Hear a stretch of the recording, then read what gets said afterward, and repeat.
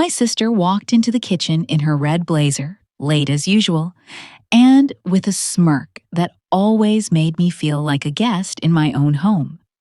But it was what she whispered to my boyfriend, while my mother pretended not to listen, that still lives rent-free in my head. You know, Jake, you deserve someone who can stand beside you in courtrooms, not someone who decorates coffee tables for a living. I froze in the hallway, a grocery bag slowly slipping from my hands, the sound of fruit hitting tile echoing in a house suddenly too quiet.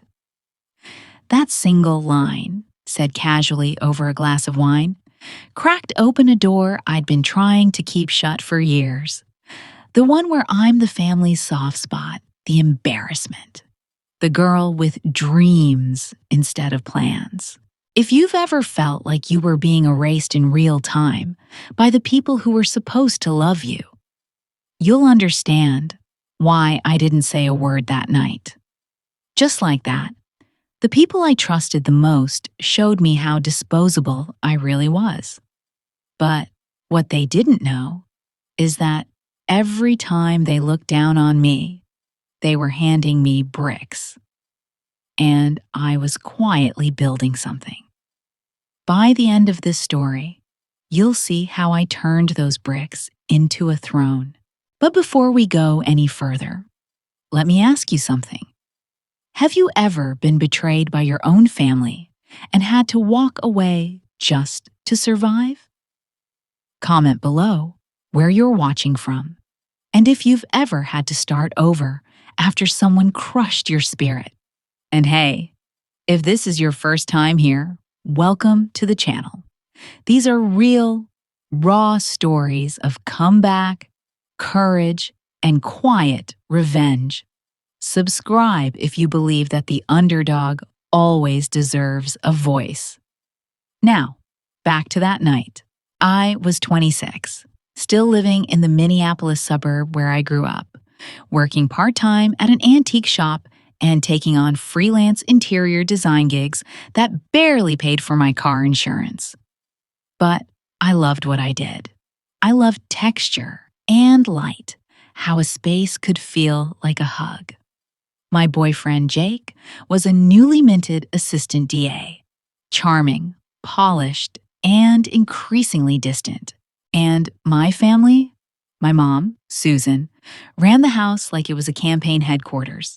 Every word strategic, every meal a PR stunt. And Claire, my older sister, was the crown jewel. Ivy League, law firm partner at 30, a killer wardrobe, and no soul I could find. I never thought I was competing with her, but I think that was the joke. She always knew she was winning, even when I didn't know I was in a race. The week before everything fell apart, I had told Jake I wanted to open my own design studio. I was terrified, but excited. He smiled, kissed my forehead, and said, "Let's talk about it after your mom's dinner next week, okay?" That dinner, I thought it would be the start of our new chapter. I even wore the navy dress he once said made me look like I belonged in one of his law offices. But when I walked in and heard my mother pouring wine and casually offering my boyfriend to my sister like he was a lost cause, I didn't know how to manage. Something inside me cracked so quietly, I don't think they even noticed. "She's lovely," my mom said to Jake, "but she's always been fragile. Claire, though, she'd sharpen you." And Claire just leaned back, confident, crossing her legs like this was all inevitable. And Jake, he didn't walk away. He laughed, not nervously, not out of discomfort. He laughed like he agreed. And that was the moment I knew no one in that room was ever going to fight for me. That night, I didn't cry. I didn't scream. I played the role they'd assigned me, polite, harmless, invisible. I made small talk with Jake, cleared the dishes, even kissed him goodnight. But inside, I was packing bags. Emotional ones first. The real ones would come later. What none of them knew was that 2 weeks earlier, I had been invited to help redesign a boutique hotel lobby in Chicago. Nothing fancy, just a side gig from an Instagram connection. I had declined, said I couldn't leave Minneapolis.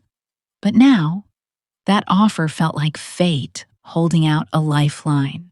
So, 3 days later, I left a handwritten note on the kitchen counter, one my mother would later call dramatic. And I packed every scrap of fabric, sketchbook, and broken hope into the back seat of my beat-up Corolla. No goodbyes, just one line on the note. I'm done auditioning for love that shouldn't need proof. And with that, I drove toward the city that would either break me or remake me. The first night in Chicago didn't feel like freedom. It felt like failure with a skyline. The motel room smelled like bleach and burnt coffee, and the radiator ticked like it was counting down to something I couldn't see. I curled up under a polyester blanket that felt more like paper than comfort, fully dressed and fully numb, staring at the flickering ceiling fan as if it might spell out what to do next. This wasn't some empowering movie montage. I hadn't arrived with a plan or a job or a safety net. I had $1,300 in my checking account, no apartment, and no clue where the boutique hotel project even stood anymore. The woman who'd offered it, a design coordinator named Renee, had messaged me weeks ago, and I'd left her on read. Too afraid to say yes, too ashamed to admit I wanted it so badly. But the silence in that motel room made the fear louder. So I opened my laptop, found her email, and sent 6 shaky words. Is the design position still available? I hovered over the send button for longer than I cared to admit, before finally pressing it, like pulling a trigger on an old life.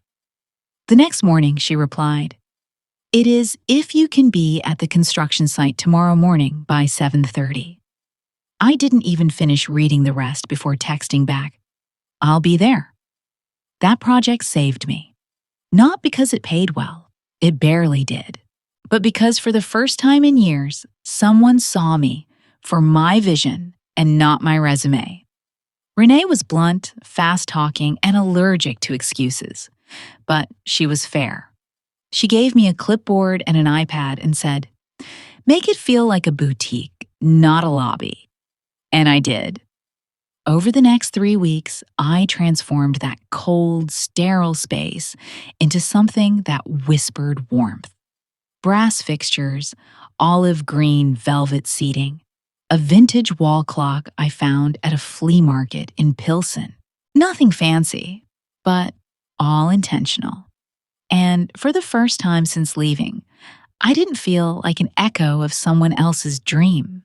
I felt like an architect of my own.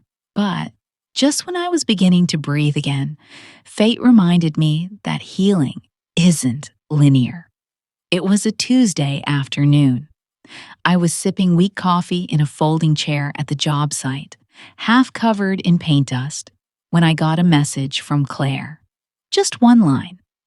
"Thought you'd want to know. Jake and I are engaged." Attached was a photo. Her in a designer dress. Him in a tailored gray suit, looking like he belonged to her in ways he never did to me. They were standing in front of Lake Minnetonka, smiling like they hadn't built their joy on someone else's ruin. For a second, I couldn't breathe. I dropped the phone. My hands were shaking so hard, I couldn't even pick it back up. Not because I wanted him back. I didn't. Not anymore. But because they didn't even have the decency to be quiet about it. The pain wasn't just that they were together. It was that they were proud of how they'd done it. No apology, no acknowledgement, just triumph. Like I was a footnote in their perfect little announcement.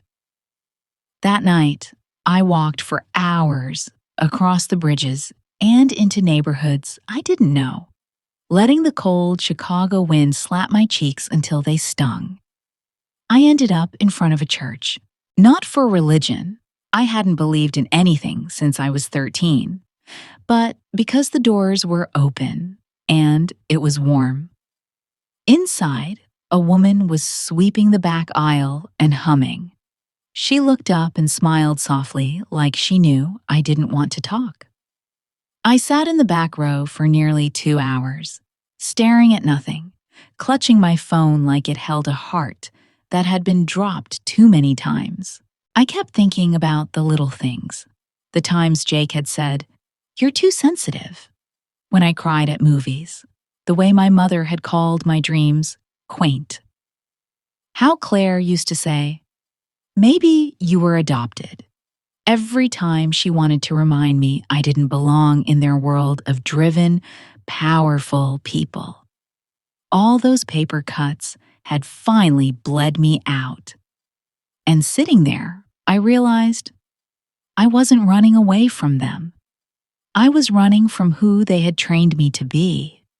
Quiet, compliant, nice. The next day, I deleted every photo of Jake from my phone, blocked Claire's number, and shipped the last of my belongings from my childhood bedroom to a storage unit. I was done with nostalgia. I didn't want reminders of a life where I was tolerated instead of loved. I rented a small studio on the edge of Wicker Park, tiny, drafty, and loud from the L tracks nearby. But it had a wide window ledge where I placed my sketchbooks and candles. It felt like mine. And for the first time, I let myself cry without shame. Not just about Jake, or Claire, or my mother, but for all the years I had made myself smaller to fit in their vision of me. The sensitive one, the dreamer, the daughter who was sweet but impractical. They hadn't just stolen my relationship, they had robbed me of a sense of home. And yet, in that grief, something unexpected bloomed. Clarity. Maybe they were right. Maybe I didn't belong in their world. But that didn't mean I didn't belong anywhere. I pinned a sticky note above my mattress. Let this be the last time they define your worth. And from that moment forward, I vowed never to beg for a seat at a table that laughed while I starved. For weeks, my life became painfully simple. Work, sketch, sleep, repeat. I couldn't afford to slow down. The boutique lobby job wrapped, and I found myself, once again, staring down the barrel of unpaid bills and a rent due notice hanging like a ghost over my tiny studio window. I applied to 20 jobs. None called back. So I started doing what I'd always been too afraid to try, knocking on doors. Interior design firms, furniture stores, co-working spaces that looked like they needed life. I brought a tiny portfolio, 8 pages in a plastic binder with notes scribbled in the margins, and pitched myself like I had nothing to lose. Because honestly, I didn't. Most people said no. Some smiled politely and never followed up. But one Tuesday morning, a man in a dark green Henley and rolled-up sleeves stopped me as I was leaving the reception area of Carter and Bloom Development. "You did those?" he asked, thumbing through my sketches without waiting for permission. I nodded cautiously, unsure if I was about to get kicked out or offered a job. He studied a sketch of a converted warehouse space I'd mocked up in Minneapolis. Exposed brick, industrial fixtures, deep indigo accents. "You have an eye for warmth," he said finally. And his voice wasn't just kind. It was curious. Everyone wants sleek and sterile these days. This feels lived in. That was Troy Carter. I didn't know it then, but that moment would change the trajectory of my entire life. He was the owner and founder of the firm. young, sharp, and exactly the kind of person who made me second guess every part of myself. But he didn't talk like a boss. He talked like a builder, someone who'd seen ugly spaces and believed they could become beautiful. He offered me a contract position on the spot, a 2-month gig consulting on the layout and decor for a mid-range residential property they were trying to turn into boutique rentals. "We've got all the blueprints and none of the soul," he said. "Give us the soul." It wasn't glamorous. I worked in a dusty office above a noisy construction site, wearing a hard hat half the time and dealing with contractors who rarely listened the first time around. But for the first time since I'd left Minneapolis, I didn't feel like I was scraping by. I felt like I was building, quietly, brick by emotional brick. Over late-night takeout sessions, Troy and I started talking more about our upbringings, our worst clients, the projects we'd kill to do if we had the budget. He told me he'd started his firm after walking away from a corporate job that made him sick every Sunday night. "I was chasing someone else's ladder," he said once, wiping barbecue sauce off a blueprint. "Then I realized I could build my own." That hit me harder than he knew. I never told him about Claire, or Jake, or my mom. I didn't need to. I wasn't ready. But he seemed to understand that I was someone who had learned to carry things in silence. The kind of silence you wear like armor. Still, even as the project took shape and my income stabilized, there were moments I faltered. Like the afternoon I walked into a coffee shop and caught a glimpse of a woman with the same black curls and bone structure as Claire. My stomach dropped before my brain reminded me I was 400 miles from that world. Or when I saw Jake's name pop up in a legal article online and had to close the tab before I could finish the sentence. Some ghosts don't need to be summoned. They just show up, uninvited. But every time I was tempted to spiral, something, usually small, pulled me back. One day, Troy asked for my opinion on staging the lobby of the newest build. Another day, Renee from the hotel job left me a voicemail. "Hey, someone saw your work and asked about you. Hope you're doing big things." A week later, I was invited to speak on a young creatives panel for emerging designers in the city. I almost said no. I didn't feel ready. But then I remembered the sticky note still hanging above my bed. "Let this be the last time they define your worth." So, I said yes. I stood in front of a crowd of 30 people, heart hammering in my chest like a bass drum, and told them the truth, not the polished version. I told them I wasn't a breakout star or an overnight success, that I'd left everything behind to protect a version of myself that no one else believed in, that sometimes surviving is louder than winning. And when the panel ended, a girl with red glasses and chipped nails came up to me and said, "I didn't know we were allowed to tell the messy version of the story." I smiled and told her, "That's the only version I've got." From there, things began to move faster. Troy started involving me in client meetings, not just design consults. He said I had a way of understanding what people wanted, even when they didn't. "You don't design spaces," he told me once, looking at a layout I'd scribbled at 2 a.m. "You design feelings."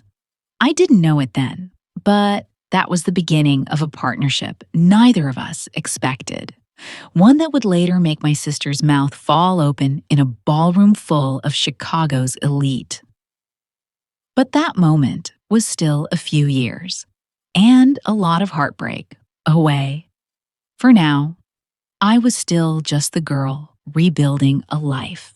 But this time, I wasn't doing it to prove anyone wrong. I was doing it to finally prove myself right. Success doesn't come all at once. It arrives in waves. And sometimes, right after one lifts you up, the next crashes harder than you're ready for. 2 months after Troy and I completed our first joint project, we landed a contract with a property investor looking to flip a row of abandoned brownstones on the south side. It was our biggest opportunity yet. Troy asked if I'd co-lead design and client communication. "We're not just adding pretty lights here," he said. "We're creating homes." It was the kind of project I used to dream about back in Minneapolis. Impactful, grounded, purposeful. But big chances also meant bigger scrutiny. And that's when I started hearing it. "Oh, is she the new assistant? I didn't know Troy brought on interns. She's young for lead design. Is this a training role?" The men in stiff suits asked the questions with smiles too wide to be kind. The older woman on the project board made a joke during our first pitch presentation. "Well, if it doesn't work out, at least the decor will be cute." I smiled through it, laughed it off, but inside, I was chewing through my cheek. Troy didn't notice at first. He was too focused on logistics, timelines, and zoning permits. But I felt every dismissive glance like a pinprick. Then came the email. It landed in my inbox on a Wednesday evening, just as I was finalizing furniture mood boards for one of the brownstones. The subject line was blank. The sender, anonymous. The attachment, a screenshot from my old Instagram, back when I posted dreamy sketches and still tagged Jake in couple selfies. Below it, a single message. "Pretty designs. Too bad you couldn't even keep your boyfriend." I stared at it for over 10 minutes, not because I was surprised, but because I'd almost forgotten what that particular shade of cruelty felt like. Almost. I deleted it, of course, blocked the sender, told myself it was just a troll, but it burrowed in deep, like old wounds do when you pretend they're gone. That same week, Troy's firm was invited to present at a real estate and design expo downtown, a chance to network, to elevate our name, to meet clients with million-dollar portfolios. I should have been excited. Instead, my palms wouldn't stop sweating. Because when I opened the event website to check the list of confirmed firms, there it was. Bennett and Wallace Legal Architecture. Claire's firm. Jake's firm. At first, I told myself maybe it was a coincidence. Bennett is a common name. Maybe Wallace? Wasn't that Wallace? But then I saw the bio. Claire Bennett, co-founder and lead counsel, right next to a smiling headshot that made me nauseous. Perfect hair. Statement blazer. That smug expression I remembered from every childhood spelling bee she won, just to remind me I didn't. I should have told Troy, but I didn't. Instead, I poured myself into work. I redesigned the entire pitch deck for the expo overnight, created a visual walkthrough of our latest project with full 3D renderings. I practiced our presentation in the mirror until my voice cracked. I even bought a new outfit, something sleek, sophisticated, nothing like the flowy cotton I usually wore. I told myself it was for the brand, but really, it was armor. The morning of the expo, I barely touched my coffee. Troy noticed. "You okay?" he asked as we set up the booth. "You look like you're expecting a fire." "Maybe I am," I said, with a smile that didn't reach my eyes. And then, of course, because life is cruel and poetic, Claire showed up first. I heard her before I saw her. That familiar laugh, like glass being tapped. She strolled into the event hall like she owned it, arm looped through Jake's, both dressed like magazine covers. When she spotted our booth, she froze, just for a beat. But I saw it, that half second of disbelief. Then came the performance. "Well, well," she said, stepping up to our table like she was judging an art fair. "Didn't expect to see you here, Maya." Cute setup. Jake said nothing, just stood behind her, expression unreadable. Troy extended a hand. "Troy Carter, you must be Claire." She took it, eyes never leaving mine. "Of course, I've heard of your work." Her tone made it sound like she'd stepped in something sticky. "Didn't realize you had help." "I don't," Troy said plainly. "I have a partner." Claire blinked. "Business partner? Creative? Strategic? Operational," he said. "The foundation, really." Jake's face shifted then. He looked at me, really looked, and something flickered. Recognition, maybe. Regret? I didn't care. I turned to Troy and said, "We should prep for the panel. Nice seeing you, Claire." My voice was calm, controlled, not cold, just above it. But when we walked away, my fingers were trembling. Troy noticed. He waited until we were behind a column before asking, "Friend of yours?" I laughed, bitter. Something like that. And just like that, the dam cracked. I told him everything. The betrayal, the engagement announcement, the voicemail, the email, my mother, all of it. I didn't even realize I was crying until he handed me a tissue from his pocket. When I finished, I braced for pity, or worse, judgment. But all Troy said was, "That explains the fire. Let's use it." And we did. We delivered our panel pitch like a two-person orchestra. Smooth, focused, human. While other booths talked about returns on investment and profit margins, we talked about experience, belonging, legacy. Afterward, two developers approached us about potential collaborations. Claire didn't win the spotlight that day, and Jake didn't get the last word. But neither of them were finished. I could feel it. Something was coming. But this time, so was I. 3 months after the expo, the phone call came. It was mid-morning. I was in our new office, an airy loft space Troy and I had just leased in West Loop, all exposed beams and matte black fixtures, when his voice echoed from across the room. "You're gonna want to take this." He held up the office line, his brows arched. "It's Meridian Properties." That name didn't mean anything to me at first. But when I took the call and heard the words strategic acquisition and design partner for nationwide expansion, my stomach dropped. They weren't just any firm. Meridian was the name in upscale sustainable development. The kind of client you dreamed about, but never dared pitch to unless you had a decade under your belt. And they wanted us. Apparently, one of their board members had been at the expo. He'd loved our pitch, had followed our recent Southside project online. "Your firm is the exact kind of voice we're missing," the executive said. "Visionary, human, rooted in community. We'd like to discuss an exclusive design contract." Troy and I barely said a word after hanging up. We just stared at each other until he finally whispered, "This could change everything." The meeting was set for the following Thursday. Meridian's CEO, design heads, and legal counsel would all be attending.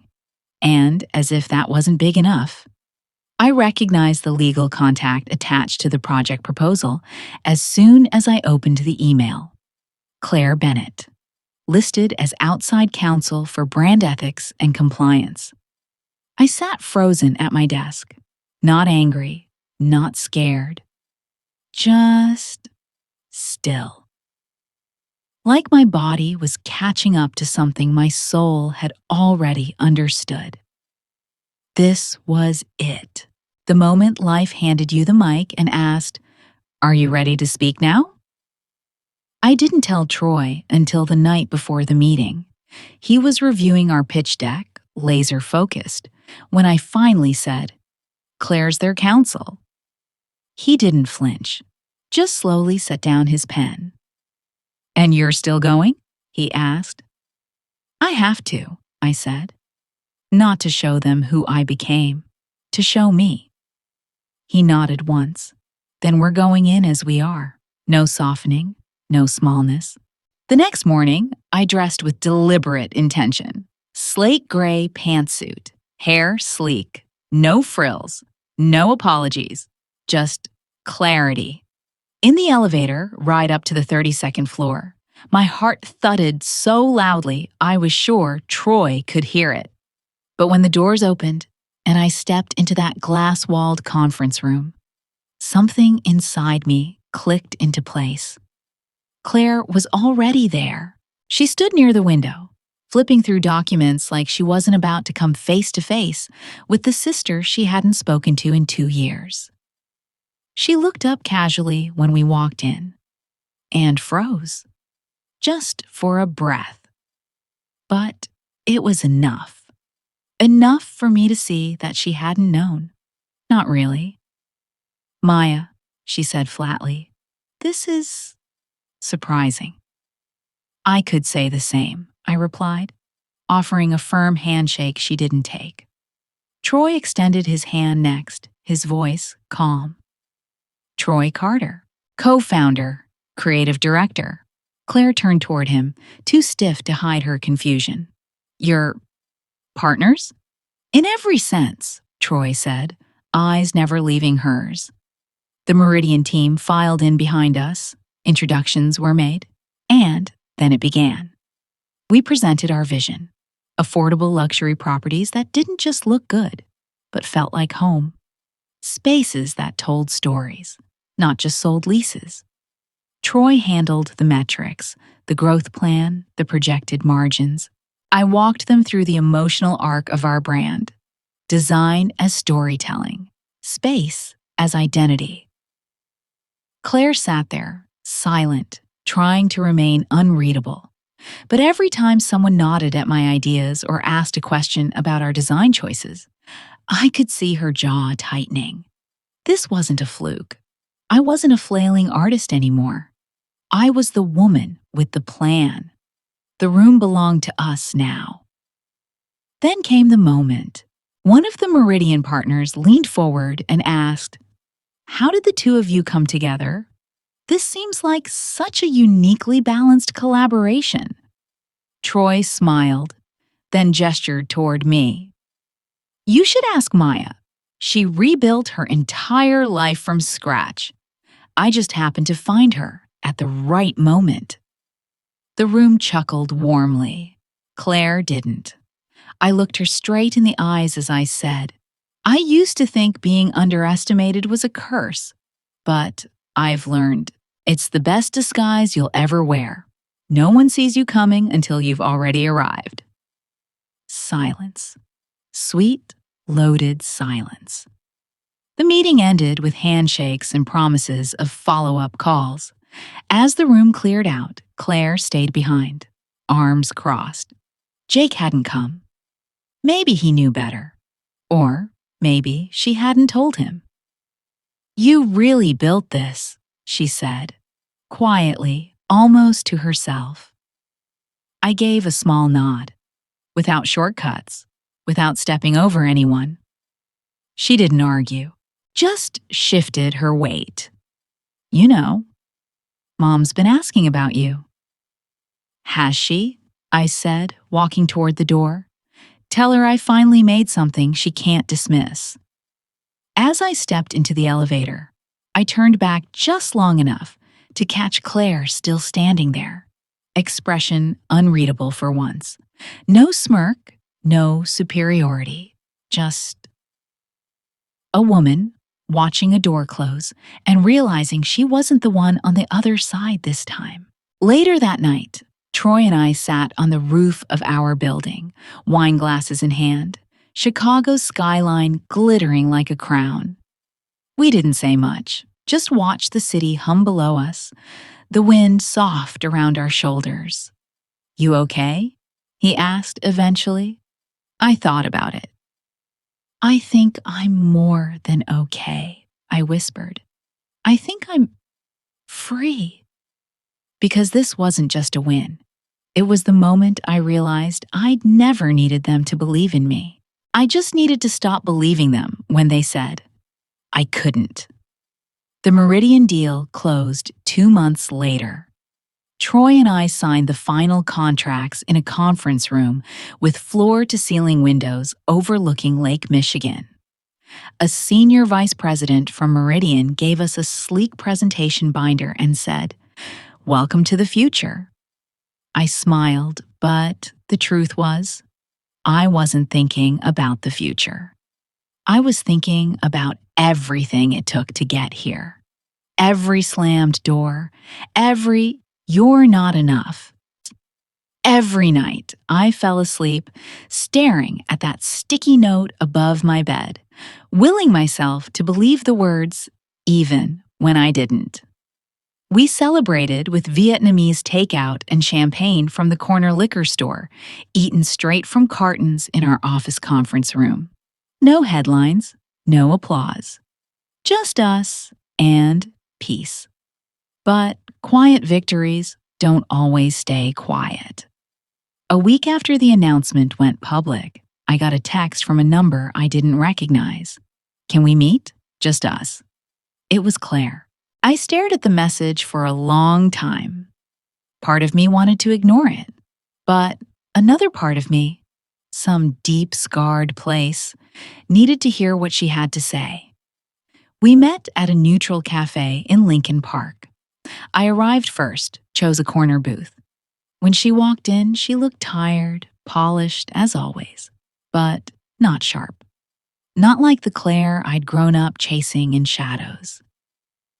"Congratulations," she said, sitting across from me. No hug, no smile. Just that carefully measured tone she always used when she didn't know how to sound human. "Thanks," I replied, voice calm. She looked around, like she didn't know how to begin. "Meridian's pulling 2 of our smaller contracts," she finally said. "Budget reallocation. Your firm's expansion is affecting our client pipeline." There it was. The truth, unsentimental. My success had become her setback. "That's business," I said, and I meant it. I wasn't gloating, I wasn't vindictive. I was just done apologizing for things I'd earned. Claire nodded slowly. "Jake stepped back from the firm. He's struggling." I didn't respond. After a pause, she added, "Mom wants to talk to you." I exhaled slowly. "Why?" "She says she regrets how things happened. Says she misses you." That hit harder than I expected. Not because I believed her, but because there was a time I would have given anything to hear those words. Did she regret it when she told Jake I wasn't ambitious enough? I asked. Or when she stood in our kitchen and served up my relationship like a buffet? Claire looked down, for the first time, no defense, no eye roll, just silence.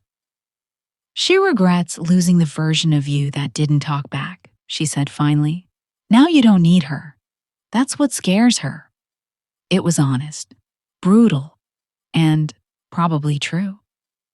I picked up my coffee, steady hands, steady breath. "Tell her I'm doing well, and that I don't need anything from her. Not anymore."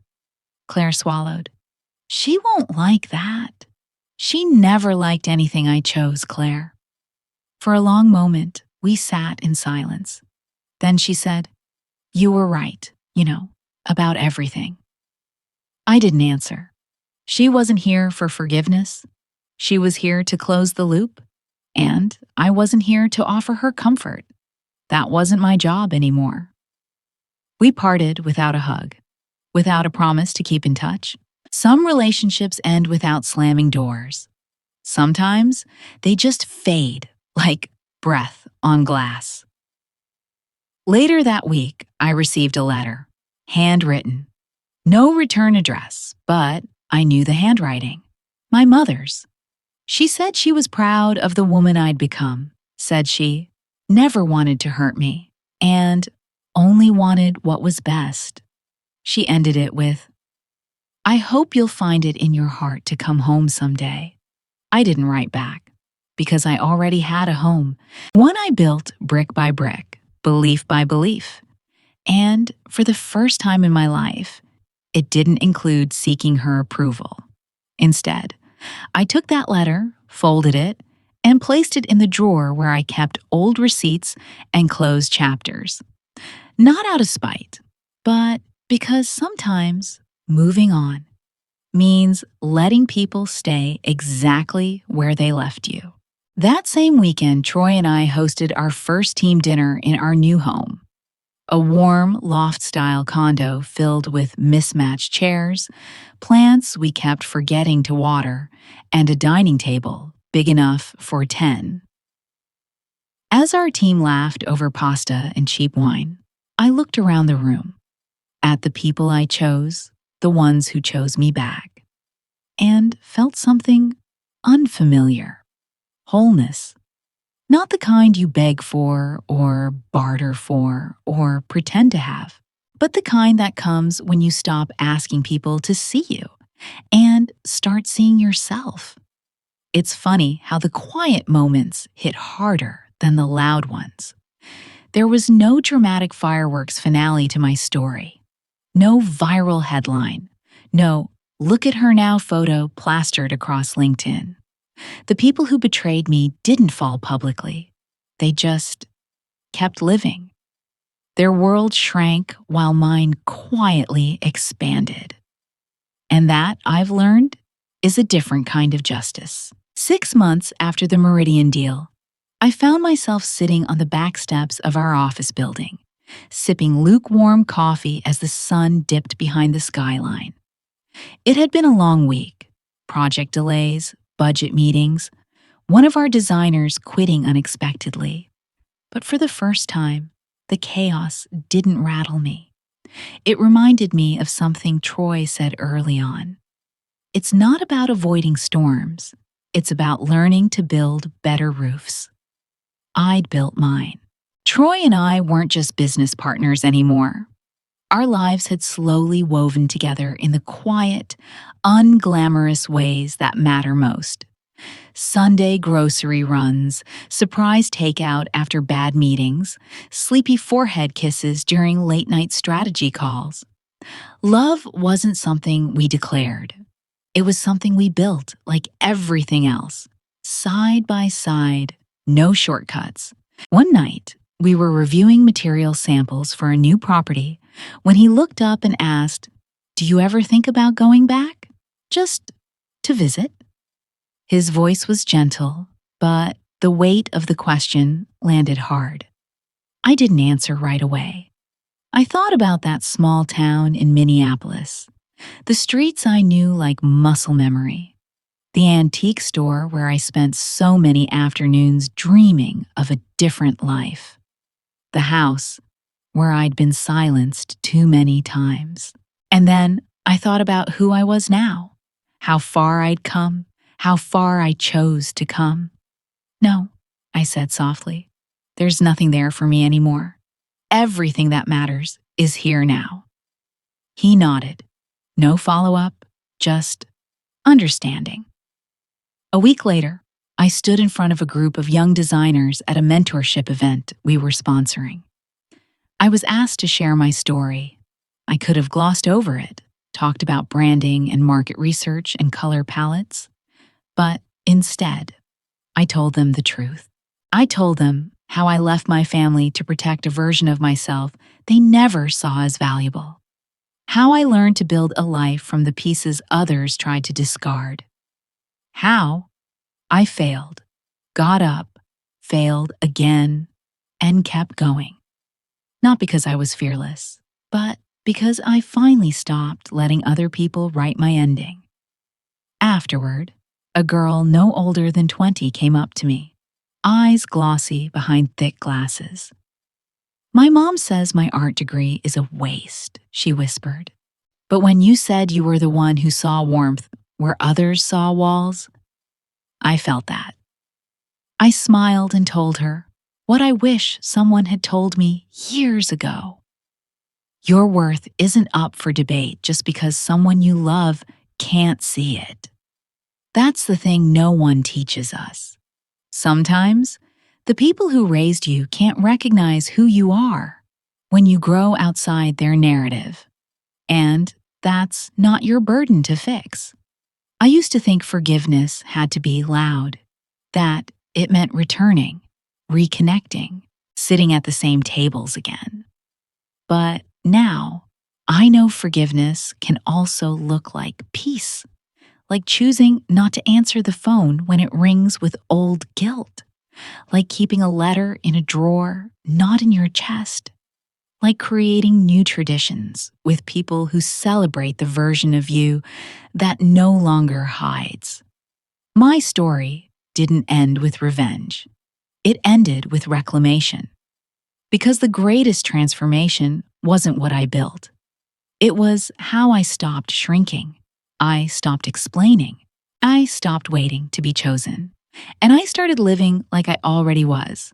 So, if you're listening to this, somewhere between heartbreak and healing, know this: you don't have to make a scene to make a statement.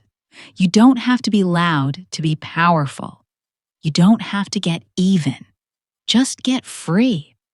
And when you do, build something so beautiful, so full of truth, that the silence from those who once doubted you becomes your loudest applause.